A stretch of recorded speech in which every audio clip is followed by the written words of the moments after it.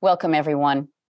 I'm really delighted to be having the opportunity to interview two really important people in the field of somatic movement. Leora Gaster is the director and the CEO of the MBS Academy, which was founded by her and by Mia Siegel. Some of you may know that Mia Siegel was Moshé Feldenkrais's collaborator and assistant for many years before she went on to develop her own work. And Leora grew up with Mia and Feldenkrais working and has been under their influence for many, many years. And Tom Rankin is one of Leora's senior assistants, senior trainers, and also a Feldenkrais practitioner who came to the work through his study of sports and athletics. So I'd like to welcome you both. I know that you have a lot to share here. And one of the first questions I have for you, Leora, is that you often speak about the relationship between movement and higher consciousness. And, you know, speaking as a Feldenkrais practitioner, this was such an intriguing question for me because a lot of times in Feldenkrais's classes and in the Amherst training, he often said that people get the idea that his work was about higher consciousness, and he always said that it was about being a functional human being, and that often when people felt good, they felt like they'd had a spiritual experience. So can you define for me the difference between a spiritual experience, a functional human being, and higher consciousness? So in the way that we think of this work, higher consciousness is an internal awareness and at the same time being aware of being part of the universe. So it has to be grounded. That's why we start lie on the floor, feel a chair. The whole discussion, so Lavinia, you mentioned my history. So the whole of my youth and growing up and working beside them and being a demo in Moshé's Alexandria night classes and all of that, the discussion around the dining room table was, what is consciousness? Does the dog have consciousness? How do we attain it? And he was very influenced by a lot of philosophies that were not very familiar as they are today. That's why we feel at MBS Academy that as time progressed, Moshé also wanted us to be more specific about it. Now we know more about the connection between brain cells and behavior. When we were in San Francisco in 73, when Mia and he started training the people in San Francisco, one of the proponents of our work was Dr. Carl Pribram, which you probably heard about. He was the chair of neuroscience at Stanford. And he was saying that all the experiments he did in the lab about the connection between the holographic structure in the brain and the movement, Moshé really proved it in real life. So Moshé's real goal was to find what makes humans human. It wasn't so much about improvement of movement. It was improvement of the human. And so that's why these questions about higher consciousness came in. He was very interested in Zen meditation, in yoga, in all these spiritual things from the East, which is why we all went to Japan. And then he came to Japan with us because of this interest. And we're talking now 69, 70. And so the whole search has been, how do you connect these two things? And what we define as higher consciousness is, it's also called in this work sometimes awareness. And how can you find it? It's through movement, because your whole system functions through the body, right? That's where you get information, soak it up, and act. So the body is actually the brain. And the higher consciousness is the refinement of this connection and knowing how you can react in multiple ways, finding choices of ways to process information by being able to use and be aware of more parts of yourself. And that's what the ATMs, these exercise movements are. They're not about taking a chain of movements and getting it right, so to speak. It's like out of every movement, one piece of it what do I find out about myself, my sense of identity, and how I fit into the environment? And can I find other ways? When you start moving, you get another configuration of how you feel, how you react. And I can give you an example when you're ready. Oh, I'm totally ready. Okay. Because I was really, I So was just thinking to myself, I would love to experience the relationship as you're speaking about between awareness, movement, and higher consciousness. Yeah. Yes, you remember that Moshé said, I'm more interested in what they say, flexible minds than bodies. It's really, that's what it is. Because there's wonderful exercises all over the world, but I think that we do something a little different.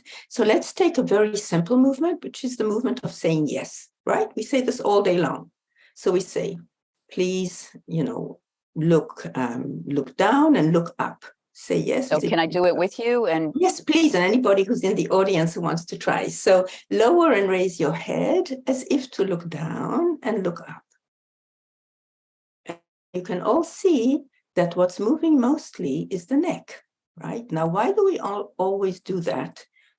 Partly it's language, right? What makes you stop where you stop and return? So when you come down, what makes you decide that that's your limit? It's your decision, right? You could look down more if you wanted. Okay. But initially people move just the head and the neck. And that's a really interesting thing. So here already we're learning something about ourselves. And that is what language does for us. Because in language, they divide the neck, the chest, which in all languages is a box, right? Chest or a straw or a box, depending on the language, and the lumbar.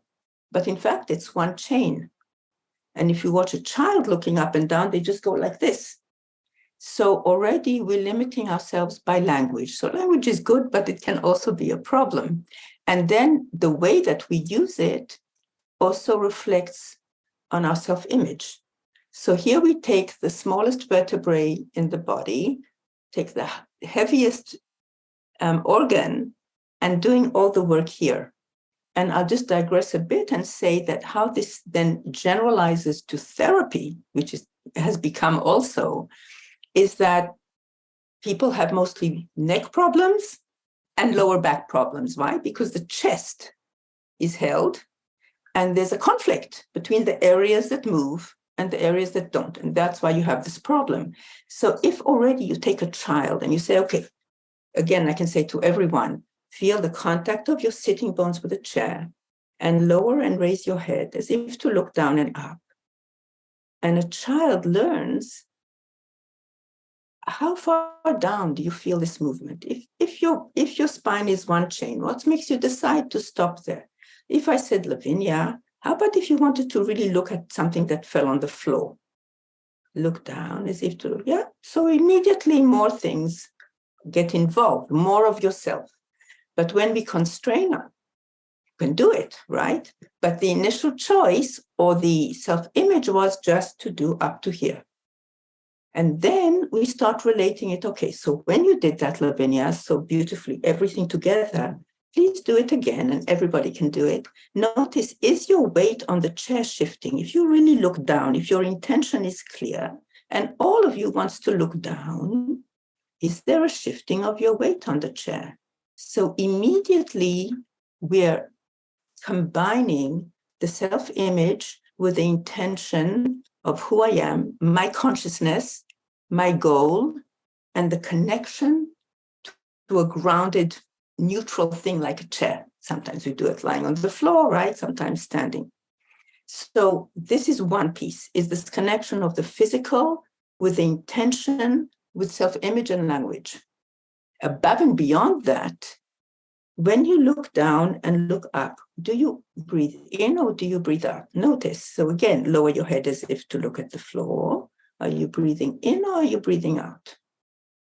And if you're not sure, some people aren't sure, you can put your hand on your chest and just breathe out. Is the chest going down or up? Breathe in, right? It pushes your chest up. So now it kind of makes sense. If you do it again, do you want to breathe in or do you want to breathe out, right? So a lot of people already know this. But what's really important about this is the internal state. So now we come to another level of higher consciousness. Now we know now what they didn't know then. And Moshé also 70 years ago, he would have wanted to update it. I know, because I argued with him. So, and when I went to Stanford, I studied this connection between brain and behavior.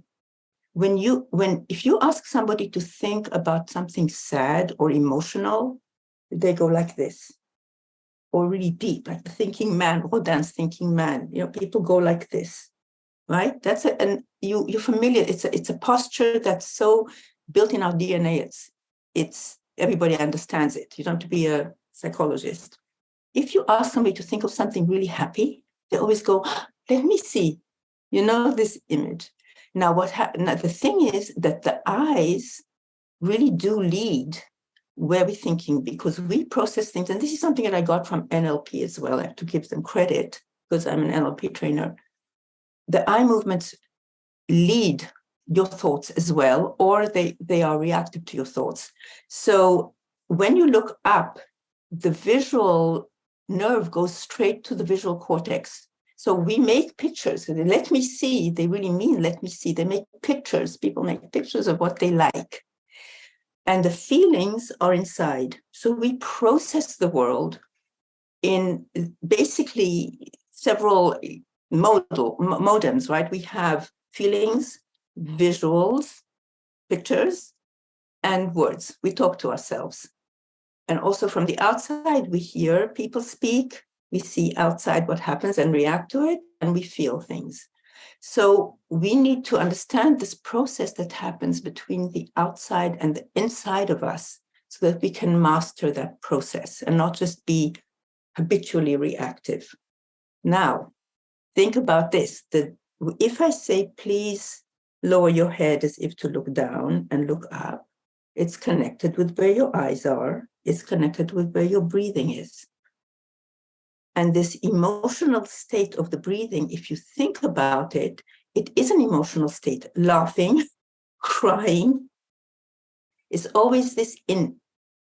And praying in all the different cultures, praying, it's a very inside state. So how do we use this? Now, how is this connected to higher consciousness? What is higher consciousness? It's our ability to know more and more parts of how we work so we can be at one with ourselves while reacting and working with the environment, the world around us. So if I get into a state of anxiety and I go like this, or I'm upset, and I know it's connected to my weight on the chair, where my eyes are, my breath, my front getting shorter and back getting longer at the same time, all these pieces, all these levels of who I am and how I function, I can change it. I can change it because it's all one pattern, one configuration each time. I can change it either by shifting my weight, or by looking up, or by changing my breathing, or by feeling the difference of the contact with the chair.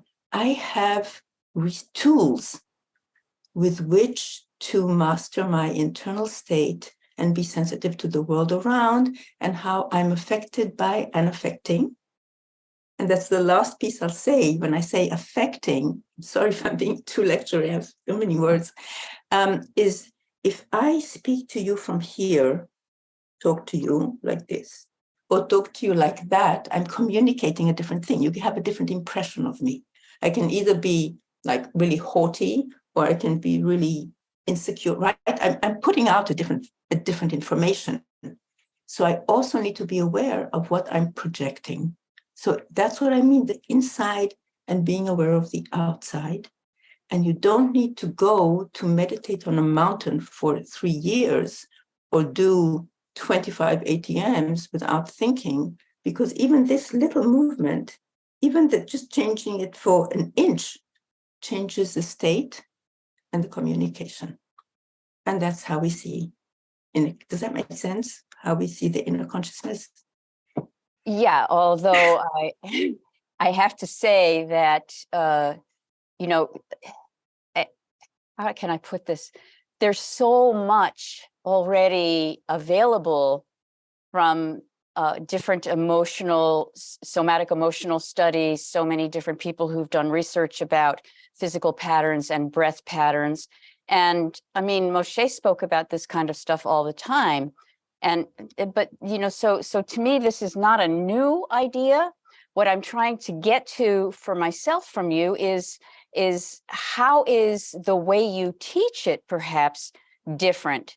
Because Feldenkrais always spoke about our emotions. We're always feeling, sensing, moving, and thinking at the same time. And just a minute ago, you said doing ATM without thinking, which to me is like, wait a minute, you have to have your mind involved there as well. So sorry if I'm digressing a little bit, but can you tell me how the way MBS presents emotional studying, the study of the emotions through my physical patterns, how is that different from the way Feldenkrais gave it, or how the emotional body method teaches it? Can you give us a sense of a differentiation there so that people can understand? Because this is ancient knowledge in a lot of ways. I think Tom can explain it also, but I want to say that what we do in MBS, we don't see it at all different from what Moshé wanted. I feel, Mia and I feel, that we're carrying it out exactly the way Moshé wanted it, because for us, it was a way of life. We don't see these exercises as having to be a 30, 40-minute process. It's exactly this thing where looking up and down, turning around, all these things are part of life. So it's little pieces of introspection. Now, the difference is that when we teach, we do exactly this. We take a piece of every movement is an opportunity to learn something about yourself. If you go through a whole sequence of movements, it's too much. Like you skip over where you do things habitually. So we do everything and go in depth at each point to distill it into principles, because it's a vast body of work, a lot of movements. And they're actually divided into very simple 3 categories, and they're variations on each other. So just doing more and more of them kind of loses the plot. So Moshé thought that by doing a lot of these movements, just like the Sufis do a lot of dancing, and we talked to all, people would develop higher consciousness collectively. That didn't happen. It just didn't work, because people now need to understand it more. So we take every little movement and look at a simple principle like learning from differences and distribution of work, right? These are principles of our work. And at every point I go, okay, what we did now, what was the difference between looking up and down like this and looking, where does it stop? What's the difference between where you do something and you stop? Now, if you continue the whole process of the movement, you don't get a chance to really ask yourself that. Because, right, it's a system of questions, our work, and we want each person to discover it for themselves. So we break it up into these small pieces where at each point you can find out your own patterns. But I do think Tom might have a better way of saying it. Am I right? Well, I'd like to speak a little bit about the tools that MBS uses, because I really had the pleasure of going through the Guild training and also MBS training, and both were very valuable to me. But I found that the tools used in each training was a little different. And Leora spoke of, during the lesson she just gave, of these questions that she asks. And we call them in-betweens, but it's really a series of awareness questions. So I may be in a particular state when this movement lesson starts. Maybe I had an awful drive over and I'm feeling pretty annoyed. Now I start doing the lesson and Leora's asking me how I'm feeling the contact with the chair as I'm looking up and down. Now, to answer that question, I need to be aware. And as I use my awareness, I'm changing my state. I'm going from this very annoyed state into a higher level of consciousness to be able to answer this question. So that's really one of the tools that's built into the way that MBS teaches these lessons that enable us to improve our skill of awareness, to be able to access this higher state of consciousness. We also have principles. Each lesson kind of highlights and shows a principle, as Leora said before, like distribution of work or differences. And just to give a quick example, after one of our master practitioners workshops that we had, we really covered distribution of work in quite a few lessons. And I had a long drive home. It was 2 hours along Route 1, which is really windy. And usually I'm white knuckling it like this the whole way home. But I thought, I'm going to use this principle of even distribution of work as I drive home. I'm going to see, instead of just using my arms, can I use all of myself? And can I do this in a way that I'm just breathing in a nice, pleasant way?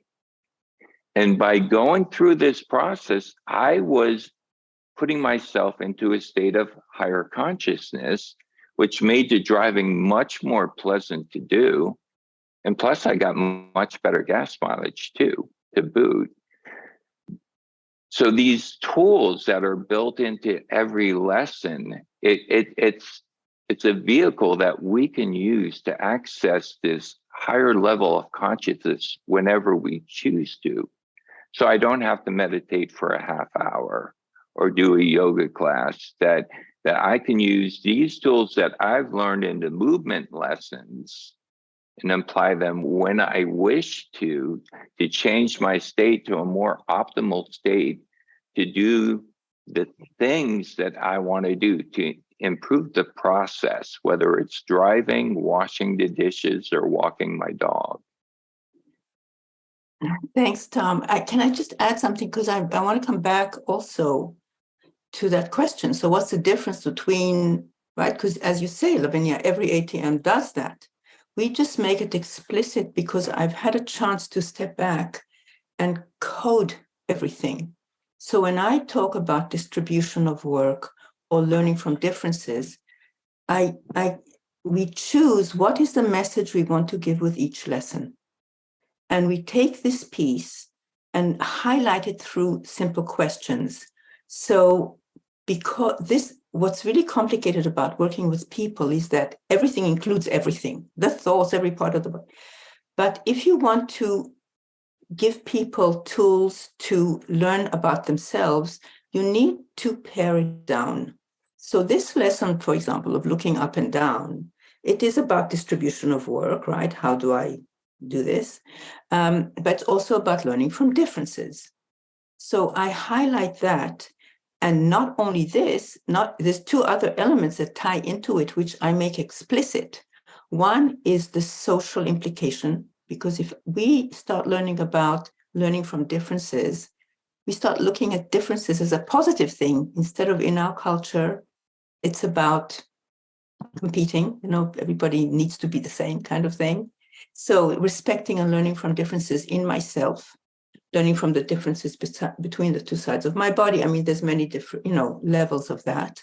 And it expands into the environment. I've done this with school children, it changed them completely.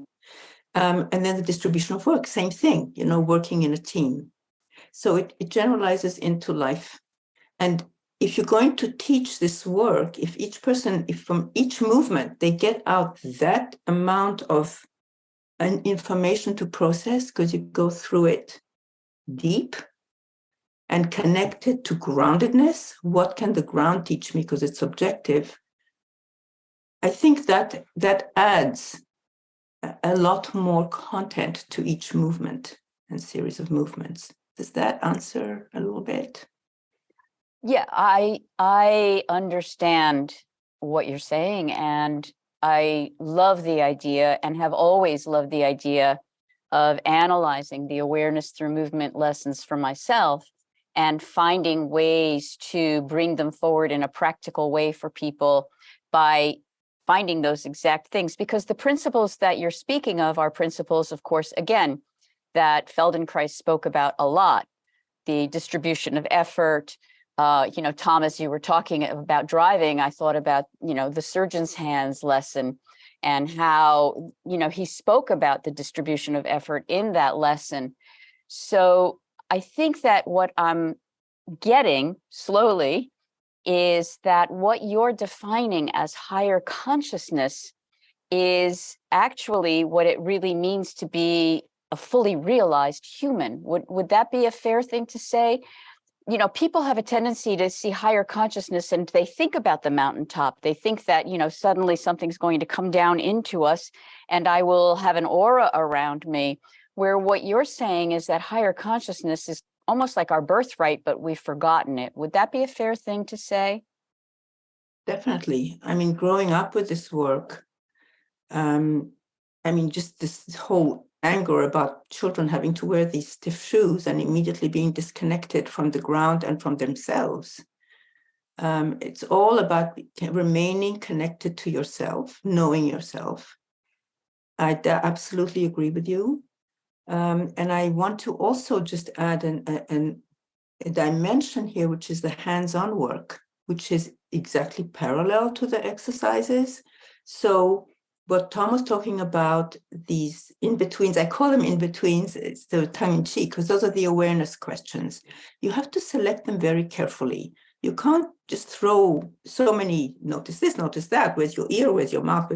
It's people can't process. For every lesson has a message, and or at least clarifies an idea. And for that, I always say, please feel free to limit yourself to 3 in-betweens. 3 awareness questions. So for a head up and down, for example, I'd say, what's the easiest thing to notice?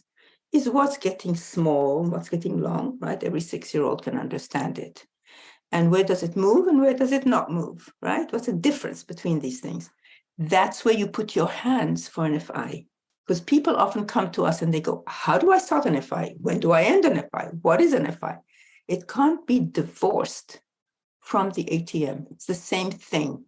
And we Could I just interrupt you for 1 second? For people who are unfamiliar with these acronyms, and if they're Feldenkrais practitioners, they know. But again, MBS is wanting to differentiate itself in some way from the Feldenkrais method. So so functional integration, from your perspective, FI, is the same for you, for MBS, as it is for a Feldenkrais training. That's something I think that's really important for people to understand. I absolutely don't want to differentiate myself from the Feldenkrais method. I just feel that we carry it and express it in the way that we feel Moshé really imagined it, and wanted it. But the lessons are the same. The awareness and movement lessons are the same, except that they need to be modified. They shouldn't be fossilized in exactly the words that Moshé used, because that was 70 years ago. People have changed. It's like you can't take the greatest chef in the world, a French chef 70 years ago. He knew how to use the ingredients, but he would not make the same recipes now. People don't eat that same thing. So it's the same stuff, only it's refined to fit the awareness people have today of their bodies and themselves. 70, 60 years ago, nobody spoke about meditation, higher consciousness, psychology being connected with the body. It didn't exist. So Moshé had to do a lot of different variations that now we can transmit much more simply and how can I say, sort of distilled in a way people get it much quicker. So the movements are the same. It's the same chains of movements exactly. I mean, my mom took notes when they were working together in handwriting in Hebrew. 16 years of just them figuring things out, right? And trying them on me. I'd be playing in the garden. I'd be running in full of mud. Moshé was on the floor trying things out. He'd catch me and we'd try something. It was very organic. But now we've got the map, right? We need to be able to present this map and the ingredients and the tools clearly. So it is the same movements.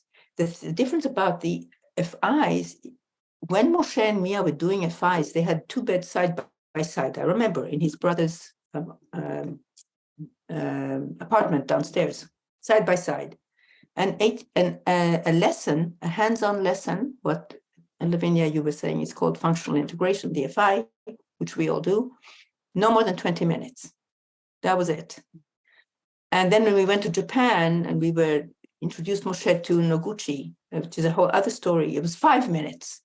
So we have to be very careful about not deifying our teachers and thereby freezing the work. So doing these ATMs, for example, that are written in Alexander Yanai, they were for a specific group at a specific time in history. So we've now been able to look at it and present it as a package that's clear. And what I also know is that every lesson that's a movement lesson, if you see somebody who you want to help as a client, you can see what you want to do as a movement lesson verbally, and if they can't do it, you do it non-verbally. The two are completely connected. And when I give a hands-on lesson, or any of us in our academy, we ask the same questions with our hands, right? These in-between questions, the exact same questions. What's moving? What's not moving? Is it up to here? Is it up to there? It's a system of questions. But please, I would like all of you, but especially the Feldenkrais community, to think I'm not tearing away or wanting to tear away from all of you. On the contrary, I think there's some perspective here to share and contribute, maybe from, a different point of view, but the same thing. No, I really appreciate what you're saying, especially this idea of growing from the lessons that were available to us. In other words, to not feel like there has to be an orthodoxy, or that we have to quote chapter and verse when we teach, or we have to always say, Moshé said, Moshé said. I really do believe that the way the method can grow and evolve, or the ideas, let's say the ideas and the principles can grow and evolve, is, and Feldenkrais said it itself, put it in your own handwriting. He always said, take this work and put it in your own handwriting. So I think the big question for me now comes, because it's like you're taking the Feldenkrais method and putting it into your own handwriting. So how has MBS evolved at this point? Where are you? Where do you see yourself going? What's your dream for the future? The first thing is that I want to make it usable and user-friendly. So all of us, so it's a big team that I have now that have been with us for a couple or 3 decades. And the idea is to show the simplicity, the blueprint, to bring a blueprint. So when he said in your own handwriting, it's confusing because people then took it into, they do sort of martial arts movements that look like an ATM or things like that. That's the idea here, is to understand the essence, the principles, the goal that you have, what you want to achieve physically and mentally, and can you put them together so that there is a map. Not just that you do more and more and more and more, but that you understand the foundation of it. And I'll give you an example. So Moshé used to do all my math and science homework with me. And if I'd come home with a formula that I learned in algebra, for example, and say, okay, so this is how it works, he'd go, how do you know? Like, let's go back and find out how Pythagoras figured out that the triangle works this way. Don't just take it at face value. So we would, what they call today, reverse engineer everything and look at how you come to this conclusion so I could understand the logic. And that's exactly what I have been doing all my life with this work. So I just want to say, my mother is a very living in the moment person. Moshé selected her to be his assistant because of that. So in some ways, it's made things really difficult because my mom's always in the moment. And as a child, like there's never a plan. But he knew that I had a much more logical mind. So we did all this math and everything. And so I see him as the inventor, and my mother did a lot with the teaching, putting it into categories of lessons that are the basic lessons, not the variations of the basic lessons, because a lot of them are variations, and also dividing them into classes. There's lessons that are mostly a physiological message that brings consciousness. The messages that are very neurological, what you was talking about, where we use the nervous system. And then I did research on that at Stanford, how it works.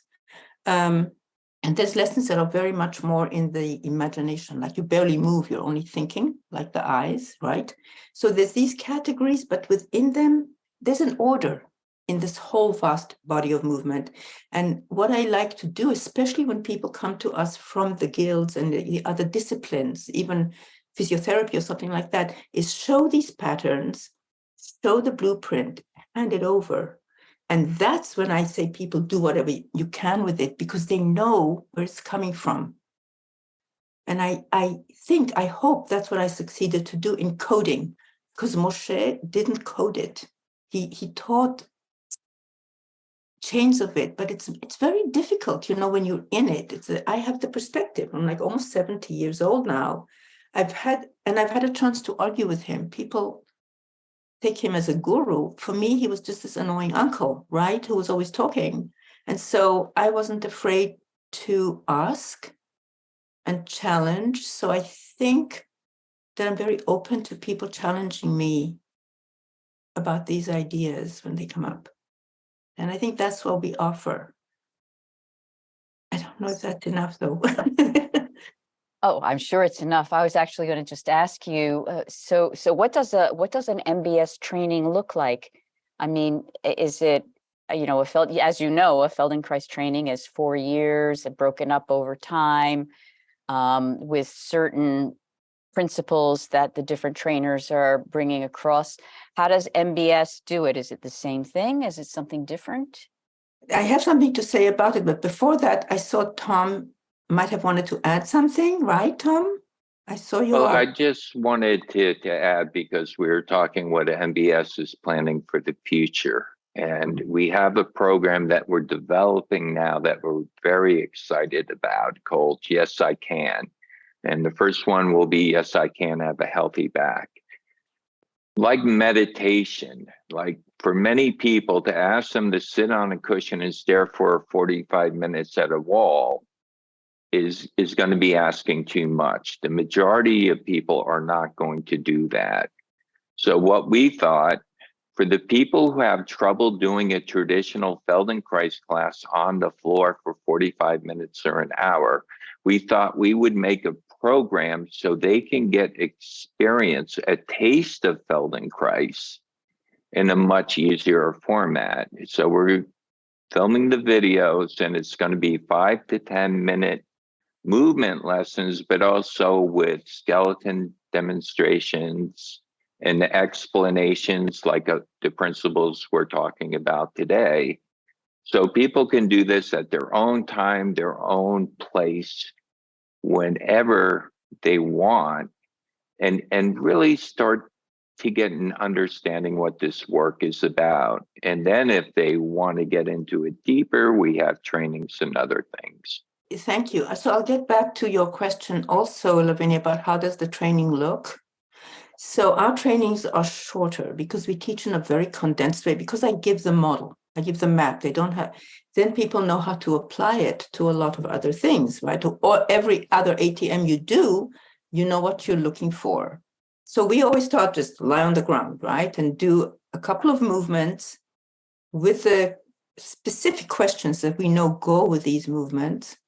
And then we always have demonstrations. So we look at differences between the way people do it. And you start to realize how each person's world is so completely different, and get a reflection on your own world and how you really thought it had to be in some way, and somebody's doing it so differently with the same instructions. Then we also continue with that to show on the skeleton how this works. So also biomechanically. And then people feel it on each other immediately the same day. because then again, you get another whole dimension of what it feels like to move in so many different ways. And we also train how to feel, because when you put your hand on somebody asking a question, inquiring what's going on there, it's very different than saying, I'm going to fix it. I'm going to even feel it. I don't want to feel that. I just want to find out. So we just come at the same things, but with another sort of perspective, in a way, very directed lens. And I think that maybe is a little bit different. So we will maybe use one, what we call ATM set, because these movements are fantastic, right? They evolve from simple to complicated, more variations. But if you know the DNA of it, I show the DNA, the essence of it. What am I looking for here? So we would actually do one set of movements, one sequence ATM for maybe 2 days or 3 days even. But the students immediately get to see it from all these different perspectives, feeling it inside, getting the perspective from the floor, the feedback. So that's grounded. Then feeling it on each other and seeing other examples. And I think that's where the higher consciousness idea comes in, because you are aware of surroundings, differences, respect for others, and another mirror on yourself. And we're very, very explicit and specific with it. Mia and I, between us, have more than 100 years of teaching this. So we've had a chance to really refine it and pull out a way for people to get it really quickly. And that's why our trainings are shorter. Our basic, sort of professional trainings are, how many days? 100 something? 90, something like that. But they're very, and we also teach how to deliver the movement lessons. So we choose the words very carefully. So for us, syntax, we spent a lot of time with Milton Erickson, all of us, the hypnotist. So words are very important. Like I said, lower and raise your head, look up and down. People process it differently. So also the delivery, Moshé wasn't very, he delivered it in so many ways, and English wasn't his mother tongue, right? So, but we found that the words we choose are very important. So always speak in positives, right? Instead of saying, don't make an effort, say, move within a range of ease. And if I say, if I want to bring elbows and knees together, I will always say knee first, because people are more used to moving the upper body. So I say, bring the knee to the elbow and the elbow to the knee. I mean, every word, I give a skeleton, a blueprint that's very, very pure, so that people then can do what they want with it. And I think that's where we've really worked hard to make this very clear and simple to use, actually. Yeah. Clear, perhaps. Simple is such a tricky word, isn't it? Because there's so much in what you're offering. There's so many, there's such a richness to this work. And, Feldenkrais called it the elusive obvious. There's so much to see in each of us. And so this idea, so what you're saying is that you would use the same awareness through movement lesson over the course of several days, but look at it from different angles, like through a prism. Is that what you're saying? No, I would just use every portion of the movement as it evolves to show you. It's like a kaleidoscope. You take the same pieces, but when you move them a slight bit, it gives you another perspective on yourself. And you are right about the elusive obvious. We spoke about that a lot. Moshé liked to talk, and he was a lot in our house. I don't know if people know this, but he didn't have a family. We had a big family house and a really good cook, and he liked to eat. But I mean, he was always in the house speaking and bringing all these interesting people to the house that came to see him. And we would talk about these things, even as a child. And so the idea of the simplicity being elusive, that's exactly what I really think we brought here. the questions that we ask, and I'm very specific about them, are simple questions. The questions always have to be simple with your words, and also the questions you ask with your hands. So how is this side different from the other? How is what touches the floor differences? Okay, but the differences have to be simple, not do you have tension and not tension? That's already abstract. That is a diagnosis. I speak in language that a 6-year-old can understand.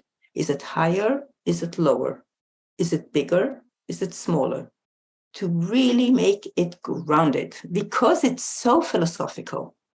And then the same thing goes for other kinds of differences. You know, where is it easy, and how come suddenly it's not? Well, where is that place?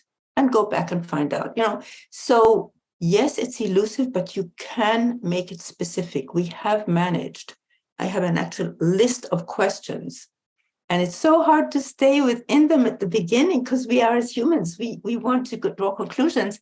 And I think that for me, one of the gratifying things as a practitioner of this is the more you know, you have to not know.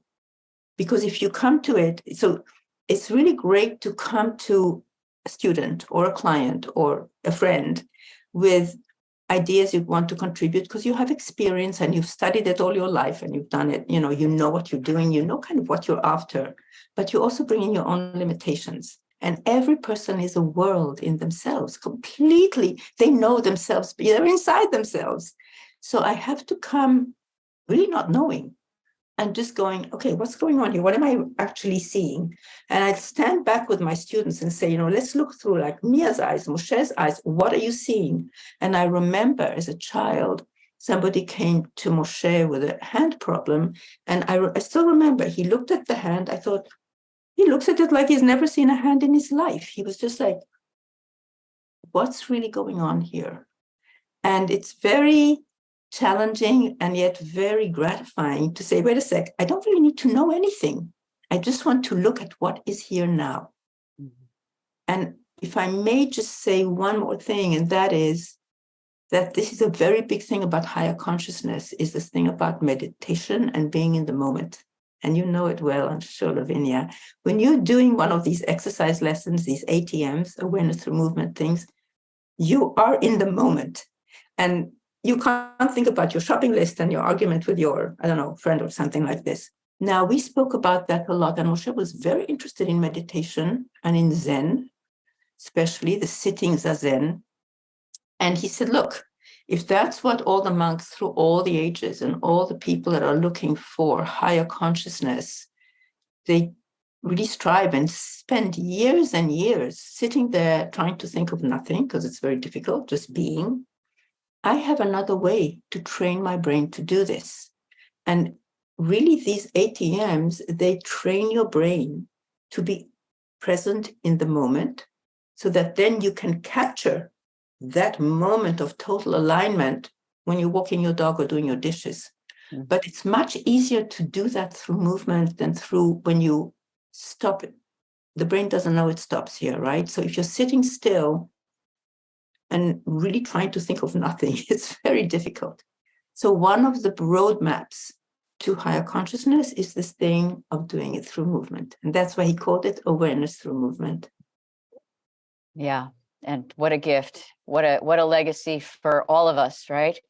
Well, I want to thank you both for giving us a very lively and interesting expose of both Moshé's legacy as well as the work that you're doing to bring it forward.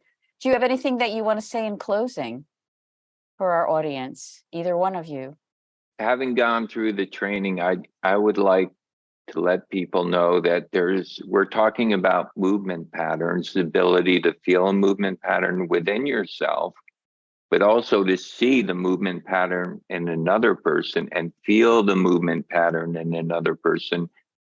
You get so many opportunities to practice these skills during the training. So by the time you're done with the training, you have the necessary skills to really do this work well. Thank you, Tom. Leora, do you want to say anything else? Well, following up from Tom, I'll tell you what I wanted to say to you, but what I wanted to follow up from Tom is it's true. I want very much for people to know that it's not this huge thing that you have to study for years and years to attain it.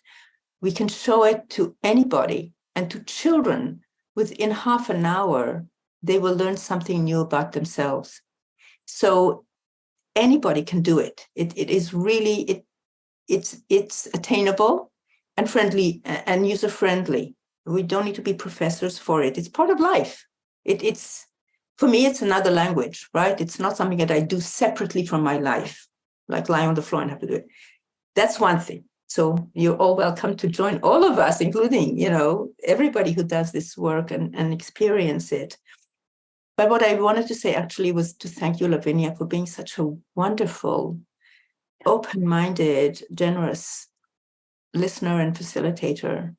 I really, really appreciate that, because I know people come with lots of different ideas. And you gave me an opportunity, which I didn't know people thought, that we separate ourselves from the Feldenkrais world. No, it's my family heritage. It really matters a lot to me. So thank you. I'm glad we cleared that up. It's about time. Right. And thank you so much for your time. Thank you very much, Lavinia. It's a pleasure to speak to you. And thank you, Tom, for helping.